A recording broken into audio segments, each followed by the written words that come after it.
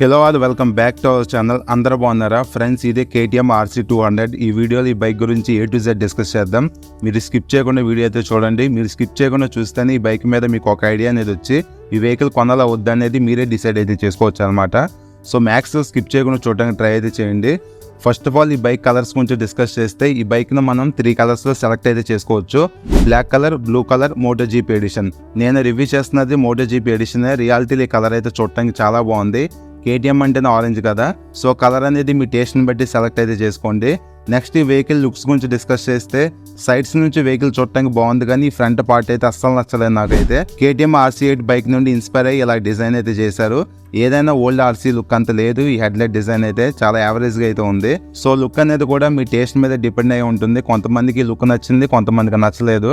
ఇంకా ఈ bike technical features గురించి డిస్కస్ చేస్తే ఈ మడ్ గార్డ్ అనేది ఫైబర్ మెటీరియలే. నెక్స్ట్ ఫ్రంట్ లో 110/70 17 ఇంచ్ రేడియల్ టైర్ ప్రొవైడ్ అయితే చేశారు. ఫ్రంట్ టైర్ ప్రొఫైల్ చూడటానికి ఎలా అయితే ఉంది. ఇంకా ఈ బైక్ అలో వీల్స్ డిజైన్ చూడటానికి ఎలా అయితే ఉంది. మీరు బ్లూ కలర్ బైక్ ని తీసుకుంటే ఆరెంజ్ కలర్ అలో వీల్స్ అయితే వస్తాయి. రిమైనింగ్ 2 కలర్స్ లో ఏ కలర్ తీసుకున్నా సరే బ్లాక్ అలో వీల్స్ ఉంటాయి అనమాట.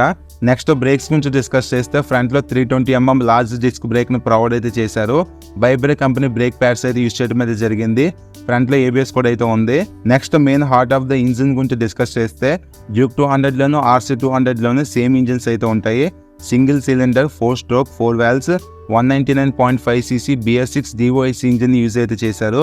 Max power 24.6 bhp max torque 19.2 Nm engine produce అయితే చేయగలదు. టోటల్ గా 6 గేర్స్ అయితే ఉంటాయి. Cooling system wise liquid cooling system అయితే ఉంది. నెక్స్ట్ ఇక్కడ కింద ఇంజిన్ దగ్గర ఒక పార్ట్ అనేది మిస్ అయినట్లుగా అనిపిస్తుంది, కానీ ఇంజిన్ కి ఎయిర్ తగిలి కూల్ అవడానికి ఇలా డిజైన్ అయితే చేశారు. సో ఇది DOIC ఇంజిన్ కాబట్టి హీట్ అనేది ఎక్కువగా జనరేట్ అయితే చేస్తుంది. అలానే ఈ వెహికల్ పికప్ అండ్ పర్ఫార్మెన్స్ కూడా బాగుంటుంది. సో ఇంజిన్ పర్ఫార్మెన్స్ వైజ్ ఈ వెహికల్ అయితే చాలా బాగుంటుంది ఈ 200cc సెగ్మెంట్ లో. సో ఇది ఫేరీ మోడల్ కాబట్టి కేర్ఫుల్ గా రైడ్ అయితే చేయండి. క్రాష్ అయితే ఫైబర్ పార్ట్స్ కదా, ఈజీగా బ్రేక్ అయిపోతాయి. ఎక్స్పెన్సివ్ కూడా ఉంటాయి పార్ట్స్ అనేవి. సో వెహికల్ తీసుకునేలా ఉంటే బెటర్ మీరు క్రాష్ గార్డ్స్ వెంపటిని వేయించుకోండి. ఇంకా ఈ ఫ్యూల్ ట్యాంక్ అనేది మెటల్తోనే ప్రొవైడ్ అయితే చేశారు. ట్యాంక్ డిజైన్ చూడటానికి ఎలా అయితే ఉంది. నెక్స్ట్ ఈ వెహికల్లో డబుల్ సీట్స్ అయితే ఉన్నాయి. సీట్ మధ్యలో సీట్ లాక్ సిస్టమ్ అయితే ప్రొవైడ్ అయితే చేశారనమాట. బ్యాక్ సైడ్ పిలియన్ సీట్ అయితే చిన్నగా ఉంది, కంఫర్ట్ అయితే ఏమీ ఉండదు. రైడర్ కి సీట్ కుషనింగ్ బాగున్నా సరే ఇది ఫేరీ మోడల్ కదా, కొంచెం బెండ్ అయి నడపాలి. ఎక్కువగా లాంగ్ రైడ్ వెళ్తే అప్పుడు మీరు డిస్కంఫర్ట్ అయితే ఫీల్ అవుతారు. అలాగే పెయిన్స్ కూడా వస్తాయి అనమాట. Next back side 150/60 17 inch wide radial tyre provide అయితే చేశారు. అలానే బ్యాక్ సైడ్ మడ్డి పడకుండా టైర్ హగ్గర్ ను కూడా ప్రొవైడ్ అయితే చేశారు. సో ఈ వెహికల్ పెద్ద రేడియల్ టైర్స్ ఉన్నాయి కాబట్టి రోడ్ గ్రిప్ అయితే బాగుంటుంది. Next back side 230mm disc ని ప్రొవైడ్ అయితే చేశారు. అట్లీస్ట్ 240mm డిస్క్ ఇవ్వాల్సింది. ఇంకా బ్రేకింగ్ అయితే బెటర్ అయితే ఉండేది, కానీ వీళ్ళు 230mm ని ప్రొవైడ్ అయితే చేశారు. అలానే బ్యాక్ సైడ్ ఉన్న ABS ను ఆఫ్ అయితే చేసుకోవచ్చు. బ్యాక్ సైడ్ ABS ను ఆఫ్ చేసుకుంటే అదే సూపర్మోటో ABS అనమాట. నెక్స్ట్ ఇంకా అల్యూమినియం స్వింగం అయితే ఉంది. ఈ స్వింగం ఉండటం వలన బైక్ ని రైడ్ చేసేటప్పుడు బెటర్ గా కంట్రోల్ చేయడానికి హెల్ప్ అయితే చేస్తుంది ఈ స్వింగం అనేది. అలానే అల్యూమినియం స్వింగం రిలయబిలిటీ కూడా ఎక్కువ కాలం అయితే ఉంటుంది. నెక్స్ట్ ఈ బైక్ లో chassis wise steel trellis frame ని యూజ్ అయితే చేశారు. ఈ చాసిస్ వల్ల బెనిఫిట్ ఏంటంటే ఎప్పుడైనా క్రాష్ అయినప్పుడు ఫ్రంట్ పార్ట్ డ్యామేజ్ అయితే ఫ్రంట్ పార్ట్ ని చేంజ్ చేసుకోవచ్చు, బ్యాక్ పార్ట్ డ్యామేజ్ అయితే బ్యాక్ పార్ట్ ని చేంజ్ చేసుకోవచ్చు అనమాట. ఈ చాసిస్ అనేది ఇలా స్ప్లిట్ అయి ఉంటుంది. నెక్స్ట్ ఈ బైక్ లో అండర్బెల్ ఎగ్జాస్ట్ ని ప్రొవైడ్ అయితే చేశారు. సౌండ్ అయితే యూనిక్ గా అయితే ఏమి ఉండదు, నార్మల్ సౌండ్ అయితే ఉంటుంది. ఏదైనా BS3, BS4, RC200, Duke 200 exhaust sounds అయితే చాలా బాగుంటాయి. అవి అయితే మిస్ అయితే అవుతున్నాను. నెక్స్ట్ ఫ్రంట్ రైడర్ కి బ్యాక్ సైడ్ పిలియన్ కూడా రబ్బర్ ఫుట్ రెస్ట్ ని ప్రొవైడ్ అయితే చేశారు. ఇంకా back side WP apex white colour monoshock అయితే ఉంది. ఈ మోనోషాక్ ని మీరు హైట్ తగ్గట్టు అడ్జస్ట్ అయితే చేసుకోవచ్చు. ఇంకా ఈ బైక్ లో కీ డిజైన్ చూడడానికి ఎలా అయితే ఉంది. ఇది లేజర్ కట్ కీ అనమాట. కీ ప్లేస్మెంట్ కూడా ఇక్కడ హ్యాండిల్ దగ్గర అయితే ప్రొవైడ్ అయితే చేశారు. హ్యాండిల్ డిజైన్ చూడడానికి ఎలా అయితే ఉంది. ఈ హ్యాండిల్ కూడా మీరు 10mm అయితే అడ్జస్ట్ అయితే చేసుకోవచ్చు. ఇంకా ఈ ఫ్రంట్ బ్రేక్ లెవర్ కానీ క్లచ్ లెవర్ కానీ నార్మల్ వే ప్రొవైడ్ అయితే చేశారు, అడ్జస్టబుల్ అయితే కాదు. ఈ బైక్ ప్రైస్ రేంజ్ కి adjustable break and clutch levers ను మనం ఎక్స్పెక్ట్ అయితే చేయొచ్చు, కానీ వాళ్ళు ప్రొవైడ్ అయితే చేయలేదు. ఇంకా హ్యాండిల్ బార్ మీద ఉన్న స్విచ్చెస్ గురించి డిస్కస్ చేస్తే ఫ్రంట్ లో పాస్ స్విచ్ అయితే ఉంది, పైన హై బీమ్ లో బీమ్ స్విచ్, కింద సిగ్నల్ స్విచ్, ఇంకా కింద హార్న్ స్విచ్చెస్ అయితే ఉన్నాయి. హ్యాండిల్ కి రైట్ సైడ్ రెడ్ కలర్ లో ఇంజిన్ కిల్ స్విచ్ అయితే ఉంది, కింద సెల్ఫ్ స్టార్ట్ బటన్ అయితే ఉంది. పర్లేదు, స్విచ్చెస్ క్వాలిటీ అయితే డీసెంట్ గా అయితే ఉన్నాయి. ఇంకా ఈ బైక్ కన్సోల్ గురించి డిస్కస్ చేస్తే 5 ఇంచ్ LCD కన్సోల్ యూజ్ అయితే చేశారు. కలర్ కన్సోల్ ఇచ్చుంటే చాలా బాగుండేది. Console left side signal indication, malfunction light, ABS light, neutral lights అయితే ఉన్నాయి. రైట్ సైడ్ ఏమో oil indication, RPM light, head light indication, warning lights అయితే ఉన్నాయి. ఇంకా కన్సోల్ లోపల time, RPM, fuel gauge, gear indication, speed indication, trip information, odometers అయితే ఉన్నాయి. ఇక్కడ 2 బటన్స్ అయితే ఉన్నాయి, సెట్ మోడ్ అని. ఈ బటన్స్ ప్రెస్ చేస్తుంటే fuel range, road mode, super mode, ఇంకా average speed indication, average fuel consumption ఇలాగైతే ఫీచర్స్ అయితే వస్తున్నాయి అనమాట. అలానే ఈ బైక్లో అడిషనల్గా జీపీఎస్ ట్రాకర్ను కూడా ఇన్స్టాల్ అయితే చేసుకోవచ్చు. అలానే ఈ కన్సోల్కి బ్లూటూత్ కనెక్టివిటీ, నావిగేషన్ సపోర్ట్ అయితే ఇవ్వలేదు.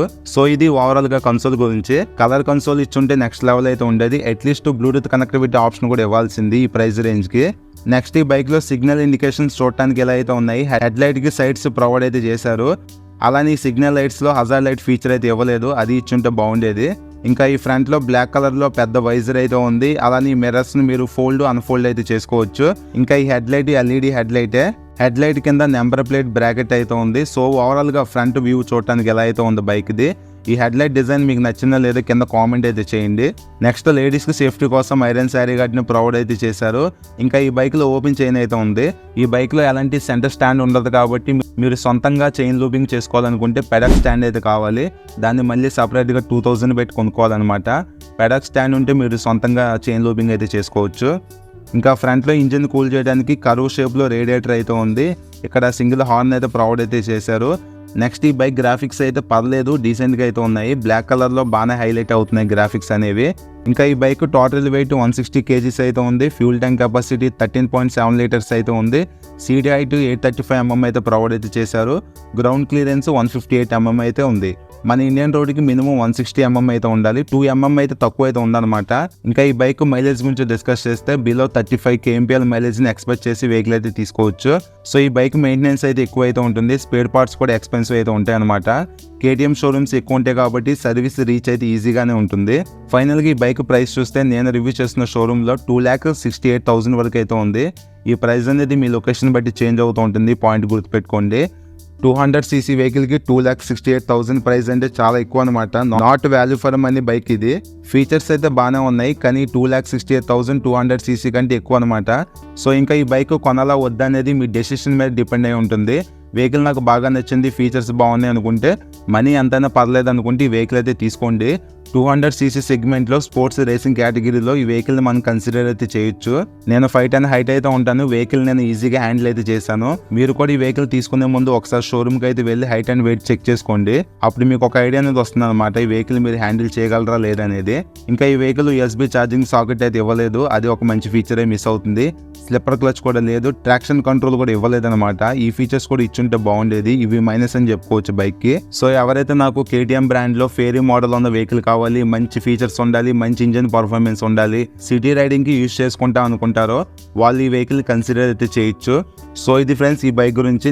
ఇంకా మీకు ఏమైనా డౌట్స్ ఉంటే drop your comments on comment section, నేను రిప్లై అయితే ఇస్తాను. సో ఇది ఫ్రెండ్స్, ఈ వీడియో నచ్చితే లైక్ చేయండి. మన ఛానల్ ఫస్ట్ టైం చూస్తే సబ్స్క్రైబ్ అయితే చేసుకోండి.